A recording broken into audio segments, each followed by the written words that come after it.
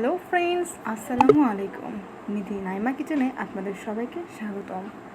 এখন আপনাদের নিয়ে যাব নতুন আরও একটি রেসিপিতে। তো আজকের রেসিপিতে থাকছে কিভাবে ঘরে লকডাউনের মধ্যে আপনারা কালোজাম খুব অল্প কিছু উপকরণ দিয়ে বাসায় তৈরি করে ফেলতে পারেন খুব সহজেই। চলুন দেখে নিই কীভাবে করে আমাদের মজাদার কালোজাম মিষ্টি বাসায় আমরা খুব সহজেই তৈরি করে ফেলতে পারি।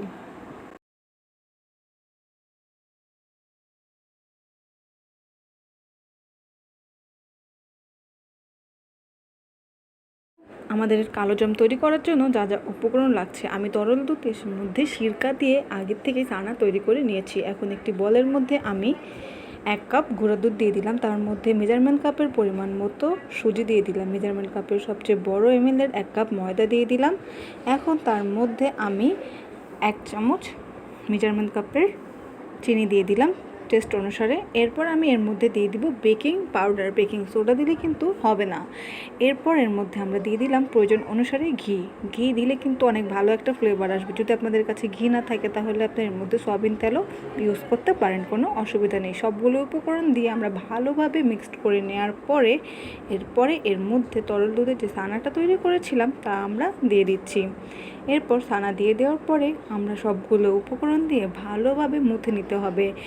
অনেক সুন্দর করে পারফেক্টভাবে মুথে নেওয়ার পরে দেখতেই পারবেন যাতে আমরা কালোজামটা তৈরি করার সময় যাতে এর মধ্যে কোনো রকমের ফাটল না থাকে। আপনি চাইলে গোল শেপও দিতে পারেন। আমি এখানে লম্বা আকৃতির ডিম্বাকৃতির দিয়ে নিচ্ছি।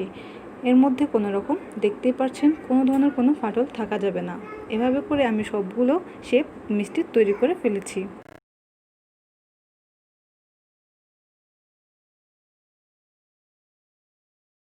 তো আমরা চুলার হাইটা রাখবো একদম মিডিয়াম হাই রাখতে হবে। এরপর ফ্রাই প্যানে তেল দিয়ে দিয়েছি। আগের থেকে 10 মিনিট গরম করে নিয়েছি।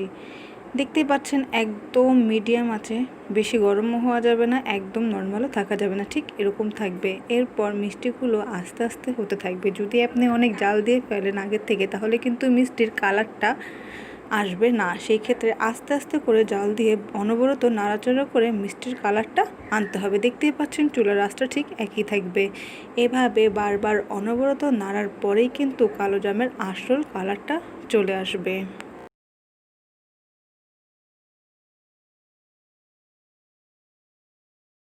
পাচ্ছেন বারবার অনবরত অনেকক্ষণ প্রায় 15 মিনিট জালের পর কিন্তু আমার মিষ্টির অনেক সুন্দর একটি কালার তৈরি হয়ে গিয়েছে।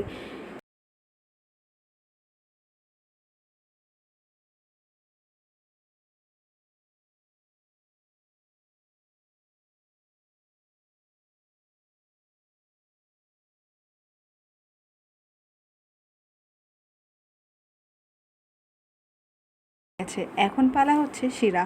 তো শিরার জন্য আমি এখানে একটি প্যানের মধ্যে 2 কাপ পানি নিয়ে নিয়েছি। তার মধ্যে 1 কাপ চিনি দিয়ে দিয়েছি। এখন তার মধ্যে আমি 2-3টি এলাচ দিয়ে দিচ্ছি স্মেলের জন্য। এরপর আমি শিরাটি অনবরত জাল দিতে থাকবো।